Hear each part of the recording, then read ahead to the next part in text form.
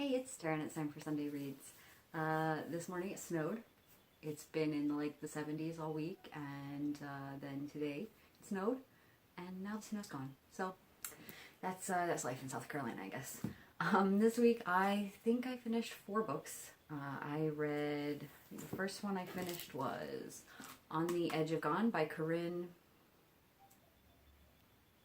Duyvis. I never know how to say anybody's last name, so that's why I never get mad when people don't know how to say my last name.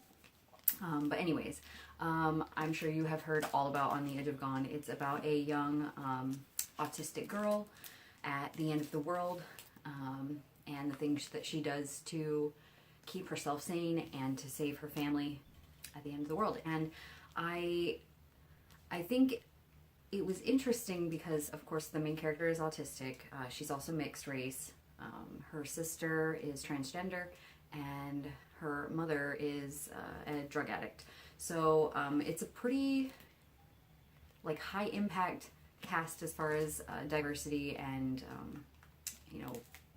problematic reactions and things like that go. But I thought it was done really well. Nothing was too overwhelming about it.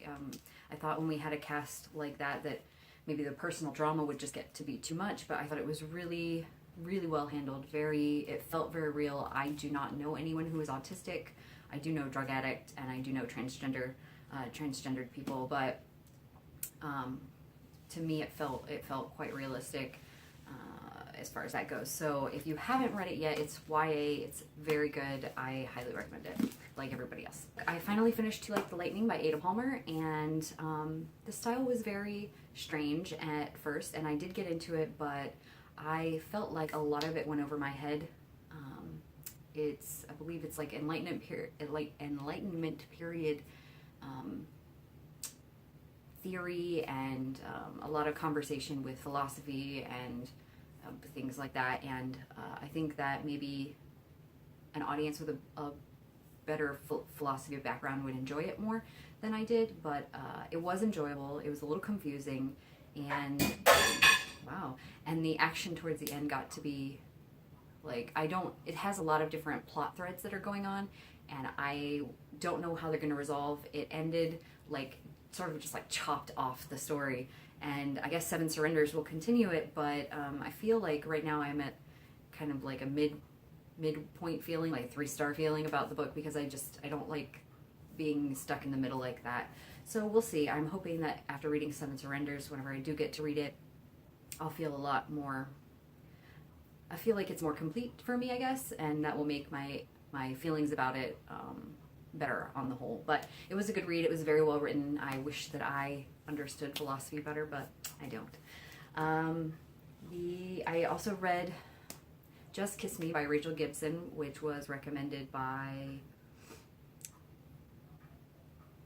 I can't believe I just did that, Jen at Today in Jen's Library, as a nice, light, easy read. And after On the Edge of Gone and Slow River, which I read last week, I really needed something light and easy, and it was great. It was a romance about this Southern girl who grows up as a servant, not quite a servant because it's modern day, but a servant for a rich, blue-blooded Southern American family, and she becomes a movie star and basically wants to rub it in everybody's face. But the character, she wasn't too crazy or high and mighty.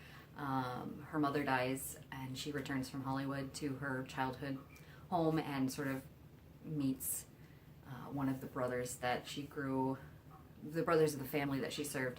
And, things happen, they fall in love. It was really good. Very easy read. And I also read Ghost Train to New Orleans by Lafferty, and Rachel from Colonnati introduced me to The Shambly Guide to New York City when I think I was in Japan. I needed something fun and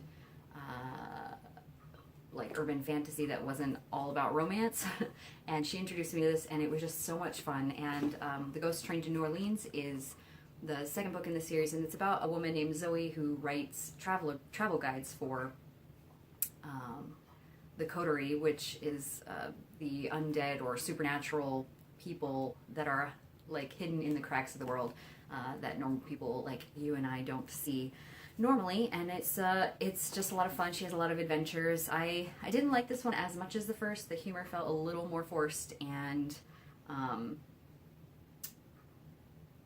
what else? What else didn't I like? Oh, she has like these drinking binges to solve her. Like she has these deep issues going on, and her life is in danger, and she deals with it by drinking herself like into blackouts. I don't know about you, but if my life were threatened and I needed to have my wits about me, that would probably not be my reaction. But I don't know. I've never been in that situation, so maybe that's her coping mechanism. I don't know.